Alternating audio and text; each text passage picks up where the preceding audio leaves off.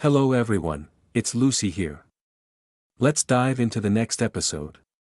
After realizing that he was about to die, Yi Fan's mood fell into despair as he walked around like a lifeless shell. He quietly thought to himself, indeed, that system girl was right. I'm really about to leave this world. I only have 3 days left to live.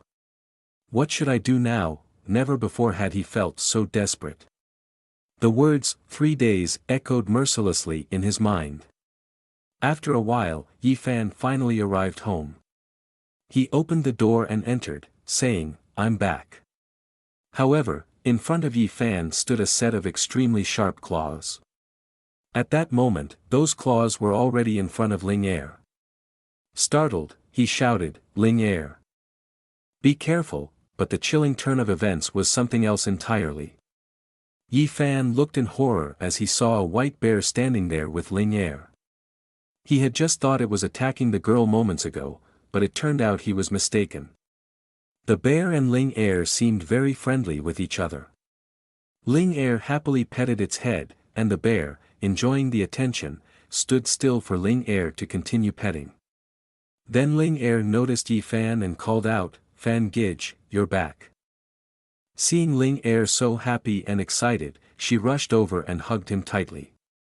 Witnessing this scene, Yi Fan also broke out in a cold sweat, feeling panicked not because of the girl's actions but because of the sudden appearance of the large white bear and why it was in his house of all places. At this moment, Yi Fan remained focused on the bear, and it also paid attention to him. With 4 eyes locked in a misunderstanding, in this silent atmosphere, Ling Er also noticed. She then introduced, this is Manhwa. Upon hearing the introduction, the bear raised its hand with all 5 claws extended, greeting Yi Fan. Yi Fan sweated profusely, repeating the name, Manhwa. What in the world? After the introduction, Ling Er recounted the girl's story. Manhwa has been a companion to me since childhood, originally very close to me. But one day, during a black-white camp raid on the Zhong family, my parents were killed, and I was also taken away. Manhwa got lost in the big fire with me. When Ling Er teared up and said, one day, I will avenge them, upon hearing her words, Yi Fan gently approached and stroked her head. Then he said, don't be sad anymore. The black-white camp has been wiped out, and those who harmed you have long disappeared. As he finished speaking, Ling Er looked up in confusion and asked, what is the black-white camp, and why is it gone? Confidently, Yi Fan looked at Ling Er and said, they have done many evil deeds that provoked us, so I destroyed them all. After saying that, he sat down gently and assured Ling Er, you can rest assured from now on and forever. You are my family. No one in this world can harm you. Upon hearing these words, Ling Er was moved and called out, Brother Yi Fan. In the midst of this touching scene, both of them heard Manhwa standing nearby crying silently like rain. Although it couldn't speak, it understood the story the two were telling, which made the atmosphere between them even more solemn. After resolving everything, Ling Er said, Brother Yi Fan, are you hungry? I'll go make some food for you. Watching Ling Er run off, both Yi Fan and the bear looked at her retreating figure without saying a word. At this moment, Loli's system appeared and reminded him, hey, host, you're still babbling here. You only have 3 days left. Yi Fan glanced back, expecting to say something profound and decisive, but all that came out was a sense of resignation. He sighed and said, that's right, what should I do now? How can I find a longevity pill in such a short time? The bear cub next to him didn't understand what was happening at all. Suddenly, the bear cub giggled foolishly, catching Yi Fan's attention with its crazy bear look. Yi Fan suddenly noticed a bright yellow fruit in its hand, recognizing it as the item recorded in the old man's medical records, the Emperor's longevity fruit. Excitedly, Yi Fan rubbed his hands together and said, even if it's slightly flawed, it can still extend my lifespan by 5 years. Then, he quickly prepared to go up the mountain. However, Yi Fan didn't forget to instruct, Manhwa, you're coming with me to pick the herbs later.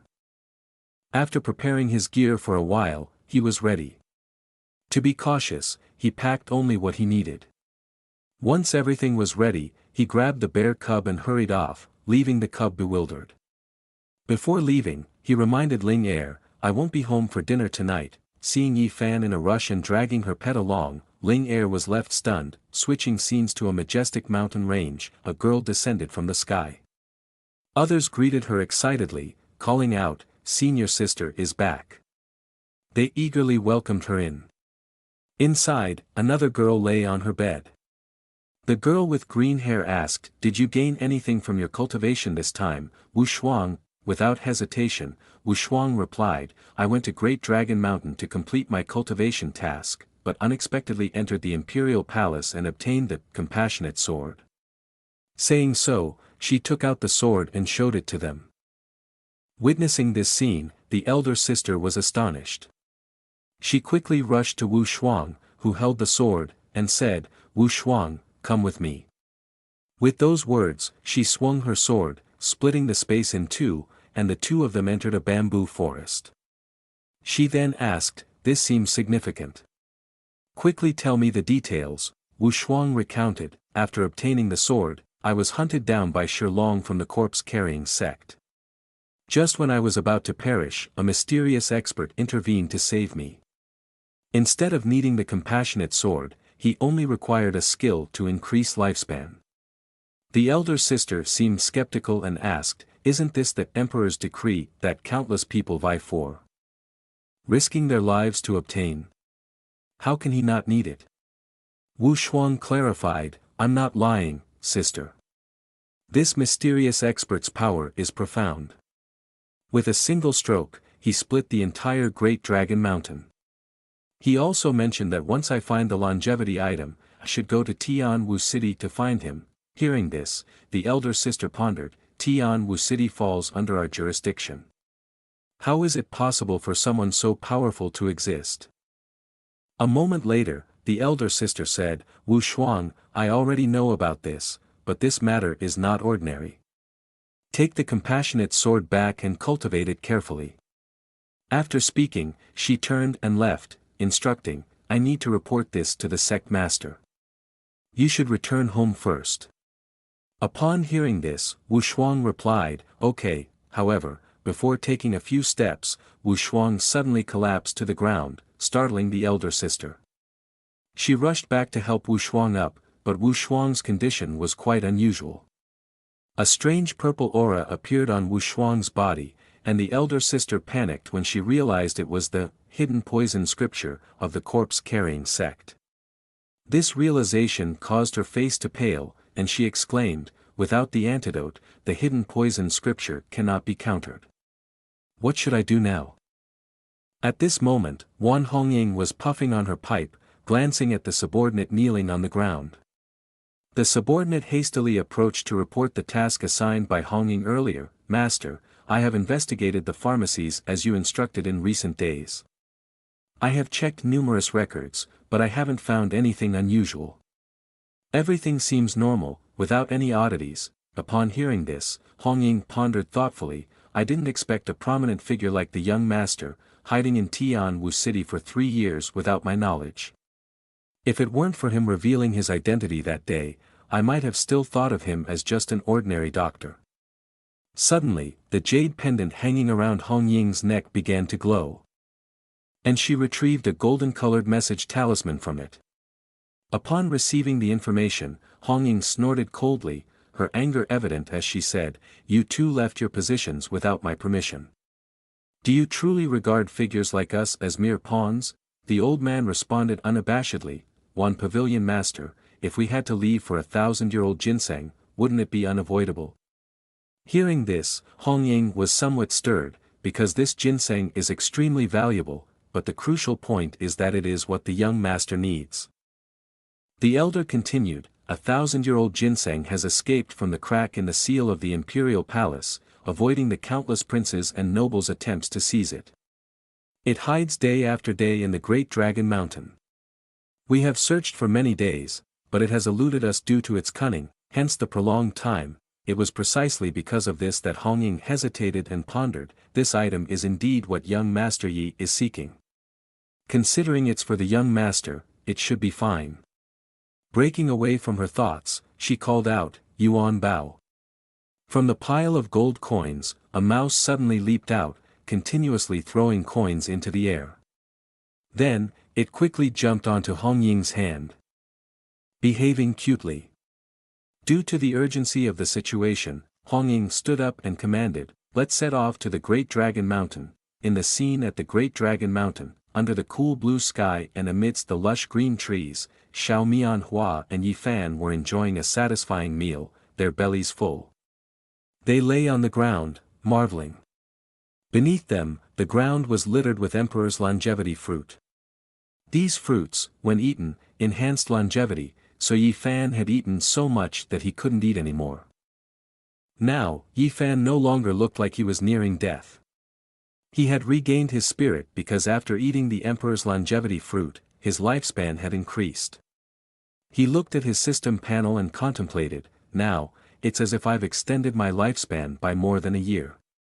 I'm really lucky to have Xiao Mianhua, otherwise, I'd be pushing up daisies by now. After marveling at his fortune, he picked up another fruit and joked, it's a shame there's still one left, but honestly, I can't eat anymore now.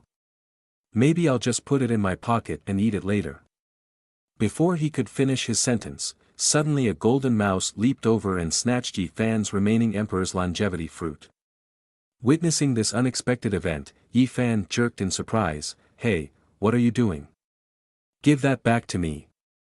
He jumped up, trying to catch the mouse, but with his 2 legs, he couldn't outrun the mouse's 4 legs. After chasing for a while, Yi Fan stopped because he noticed that the sky didn't look quite right. The dark clouds carried a kind of celestial aura that made him ponder for a moment. He remembered, I've seen this phenomenon before, but suddenly he couldn't recall what it symbolized. Lost in thought about the strange phenomenon, the golden mouse suddenly returned. Seeing it, Yi Fan shouted angrily, hey, you darn mouse, you've escaped and now you're back. Are you trying to play games with me? While he was fuming, the mouse returned, carrying something in its mouth. It jumped onto Yi Fan's hand and dropped a piece of jewelry. Yi Fan recognized it immediately as Hong Ying's necklace. Meanwhile, on Hong Ying's side, she was engaged in fierce combat between her whip and sword. One Hong Ying angrily shouted, Elder, do you still want to kill to seize treasures? Don't forget, I come from a prominent family. The elder sneered and replied, she's just a waste. Killing you here, who would care about you? He unleashed a strike that sent Hong Ying flying, perhaps due to the disparity in their realms, she couldn't resist it. The old man kicked Hong Ying's head and said, you, a worthless person, are usually so arrogant and conceited. Do you really think you are the master of the Wanbao Pavilion? Wait until I get the ginseng, I will consider giving you a slightly dignified death. After that, the old man intended to take something, but it wasn't there. Enraged, he shouted loudly, where is the necklace? Seeing that the desired item wasn't retrieved, the girl laughed and said, relying on you still wants to snatch treasures from me, you're dreaming in broad daylight. Hearing this mocking remark, the old man swung his sword angrily, you wretch, you will die. At the same time, suddenly the space around them tore apart, causing the birds flying nearby to panic and flee in all directions. The person who appeared at this moment was none other than Yi Fan. He successfully blocked the old man's attack, his eyes sharp as he looked at the old man. Then, with a swift kick, he sent the elder flying backward. Witnessing this scene, Hong Ying trembled, and she exclaimed, Yi master. Yi Fan turned back to look at her and said, thank goodness for this treasure-seeking mouse, otherwise I wouldn't have arrived in time. One more step and it would have been a disaster, Yi Fan thought to himself. Seeing his companion being beaten like this, the treasure-seeking mouse cried uncontrollably. However, he didn't want to burden her with the details of the situation, so he kept silent. Hong Ying looked at Yi Fan with eyes as if she wanted to entrust her fate to him and said, young master, here is the longevity item you need. After saying that, she took out a glowing ginseng from the necklace. Yi Fan saw this valuable ginseng and laughed, then there's no problem at all. With this ginseng, everything becomes trivial. He turned to Ying and said, "Next, watch me perform." As soon as he finished speaking, an attack came from above, forcing both of them to dodge.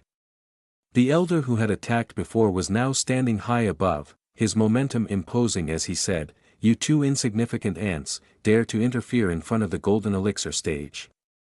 Ying stepped forward anxiously and said, "Young master, both of these are golden elixir cultivators.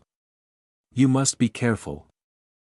Yi Fan didn't pay attention to the two opponents, but turned back and said, "If there are two of them, then we should also have two to make it fair. Ying, do you want revenge?"